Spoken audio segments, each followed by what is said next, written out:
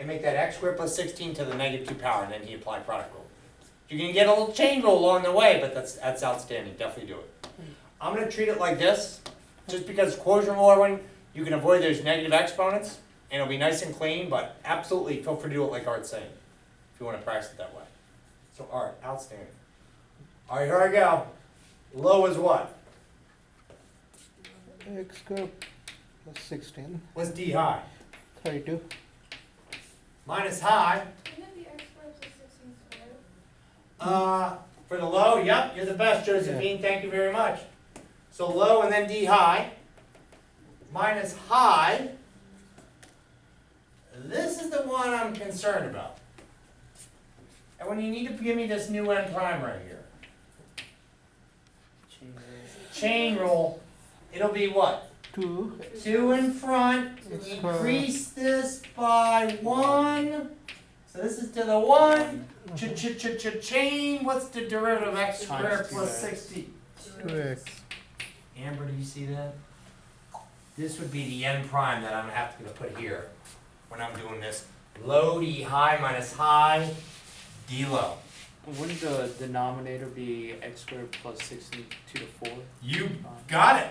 All right, very good. When he goes, low. What would low be now? He says you gotta square that. What's an x squared plus 16 squared? 4. Where do you get the 2x if it's... Chain rule. Because look, if this, see that was n? Here's my m and n right here. Amber, and I was like, low, D high, derivative high, minus high, times the derivative of low. When I differentiate this low part with respect to x, 2 in front, decrease that off by 1, but then you gotta multiply the derivative of x squared plus 16. That's your g. So you gotta do your g prime on that. Oh, okay, got it. Yeah, she sees Got it. It's like... Have you noticed? The thing. It haunts us. It's like chain rule every time. Do you follow me? It's like every problem you're like, beware of chain rule. It's like Good. inside the thing. It is. Very good. I don't know how you got the x squared plus 6 root 4. Right here. The bottom. Oh! So when we did low, because we gotta do low D high, it's 16? Oh, you're the best. And that's what you meant, right? Is that good?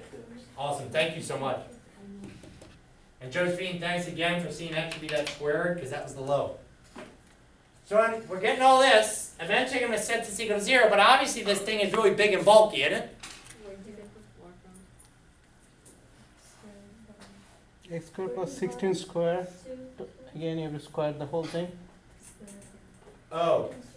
Low D high minus high D low over low low. So we had to do low D high minus high D low over low low. So you had to square this.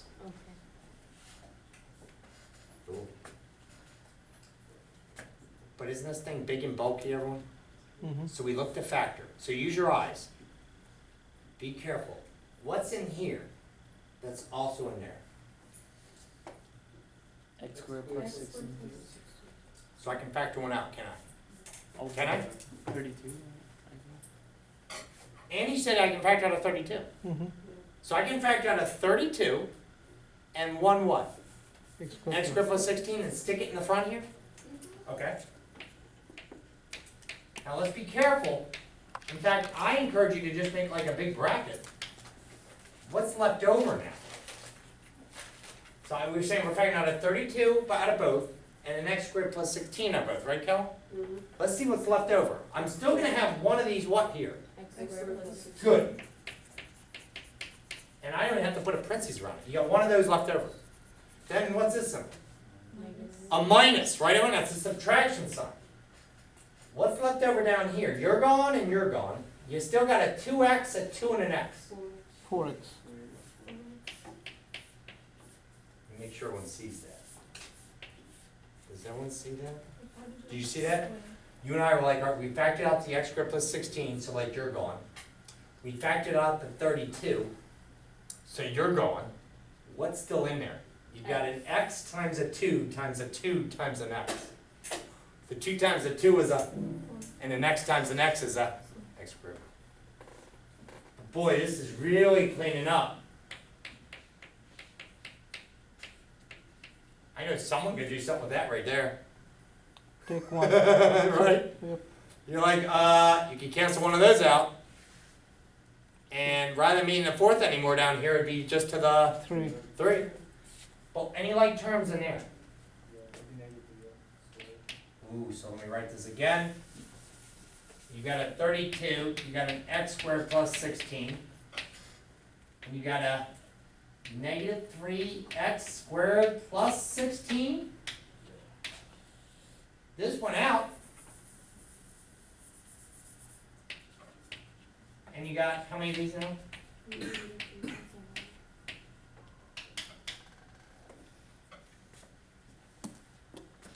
Okay, we gotta find the poise now.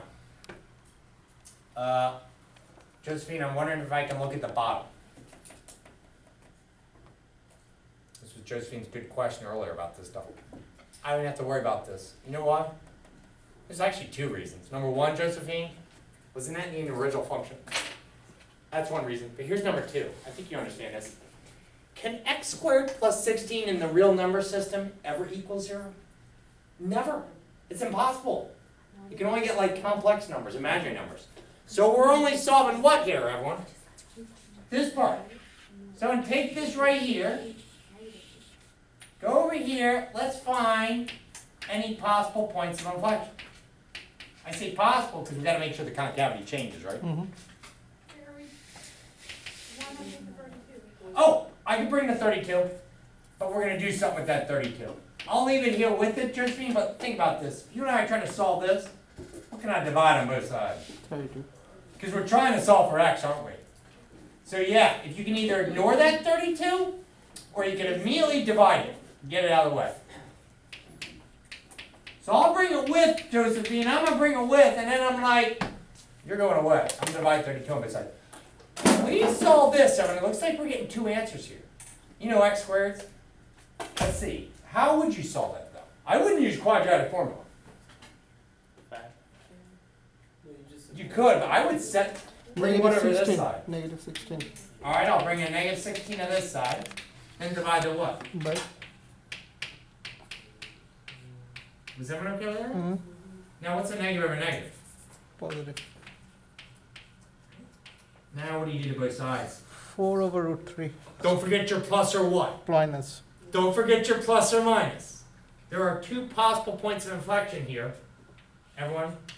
X equals plus or minus a square root of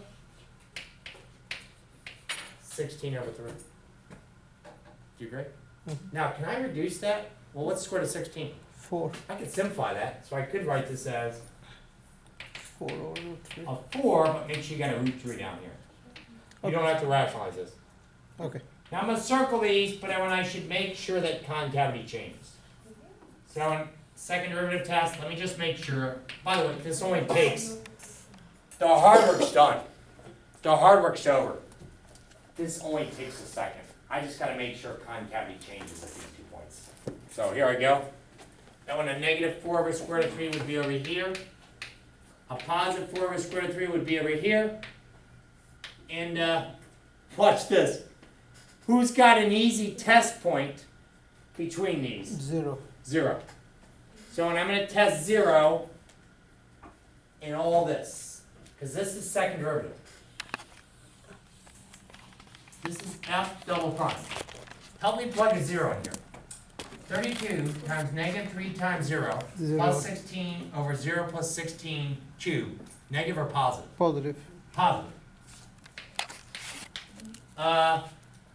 What's a big number? You want to use like 10? Yes, 10. Negative 3 times 10 squared. That'd be negative 300. 300. Negative 300 plus 16, that's negative. Times this would be negative. Over 100 squared plus 16. A negative over a positive is? Negative. Point of inflection. Concavity changed. And then over here on you'd see the same thing. There are 2 points of inflection. They occur at what values? X equal 2 plus or minus 4 over square root of 3. Now do you have to put the y values with it? For me on my test, everyone, you don't. You can just put the x values. Unless you want to, Claire. If you want to plug these back into the original to get the y, you can just tell me the x values. But they're both poised. Who's got a graphing calculator? I love when a lot of you look at this. Could you see that there's really points there? Just graph it.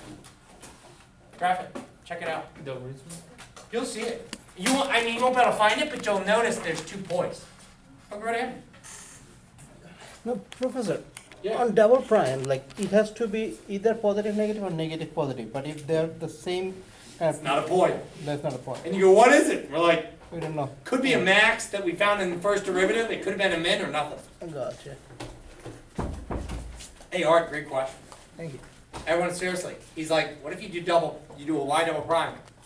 That thing goes positive, positive, or negative, negative. That's not a point of inflection. And what is it? It might have been a max that we found earlier. Something like that. Cool. Hey, did anybody do the graph? I'm gonna come look at it. Did you do it? Can I look? I just want to show everyone. I'm gonna show everyone that there's really a point of inflection you can spot it. Oh, you did that one? Hey. Can I clear it out? Will you be ready? Oh, yeah, I guess like that. I love how you use that to solve. Alright, let's see. Yeah, I know. Oh, man. I think I would. I'd rather this, but I think I would take that. Because I don't think my directions say give exact answer. I'll have to go look every day. That's hard to see, so I'm gonna change my window. So I'm just gonna go from like, and when I'm gonna go from x min 0 to x max 1. I meant to do it for y's. Negative 10 to 10. 0. 1. Let's see if this shows me. I'll be right back with this. Everyone, I set my window for y min and y max. Y min 0, y max 1. Here's the graph.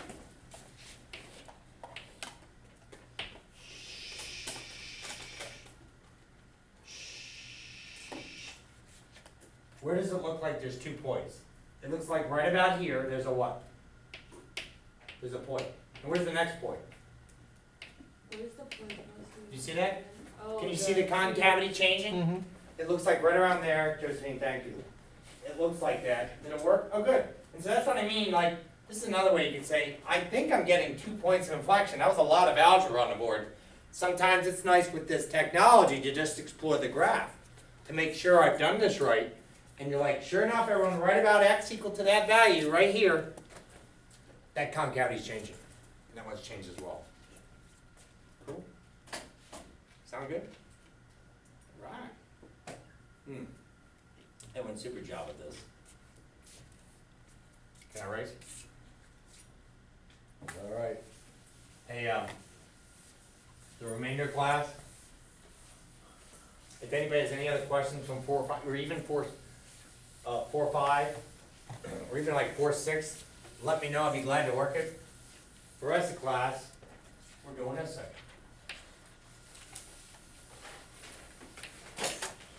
I think you'll like this. Optimization. One of the courses I teach at the Naval Academy, Calc 3 with optimization. That's what it's titled. Teach to optimize things. What's the difference? Well, it's Calc 3, so everything's three-dimensional. So you might be dealing with a sphere or something like that. But in this case, everyone, I'll just start off with a problem. We'll do a few of these from this section. This is in 4.7. The first one I like to do is just something that's a function you're aware of. Now, what does the graph like y equal to x squared plus 9 look like? Or excuse, y equal to 9 minus x squared. Y equals This way. 9 minus x squared. This way. It would shift up 9, and then the minus x squared may make it what? Like this way or Flip like that? Isn't it Is that what I agree? this way? So let's just think about that, alright? So when you got y equal to 9 minus x squared, and I want you to optimize something. Optimize means either maximize or minimize. I want you to maximize the area of a rectangle that you could wedge underneath that parabola right there, but above the x-axis. Now I'll state that again, and we'll just draw a picture to see what we're talking about. I want us to maximize, or optimize. Optimize means max or min. I want us to maximize the area of a rectangle that we could sketch, wedged inside the what? Underneath this parabola, underneath the parabola, but above the x-axis. Okay, so we definitely want to look at a picture of this. So when you said this would go at what? 9 notches, right? Mm-hmm.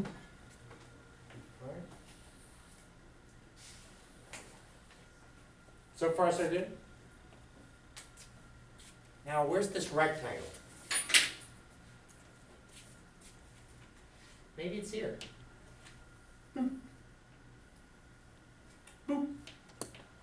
Something like that. We're trying to get the most area out of that rectangle. See, when I could build rectangles all over the place, inside, underneath this parabola above the x-axis. But we're trying to seek the what? Find the values, the dimensions. Find the dimensions of that rectangle that maximize area.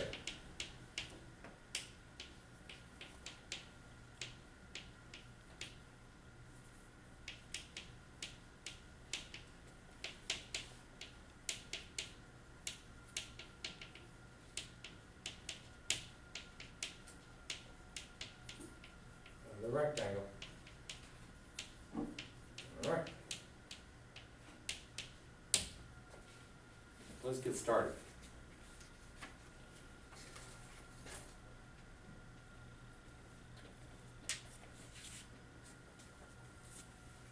Where do we start every problem in this section? This is kind of like related rates. You go, I don't know where to start. What formula do I start with? We're trying to maximize what? Rectangle? Area rectangle. So we need to know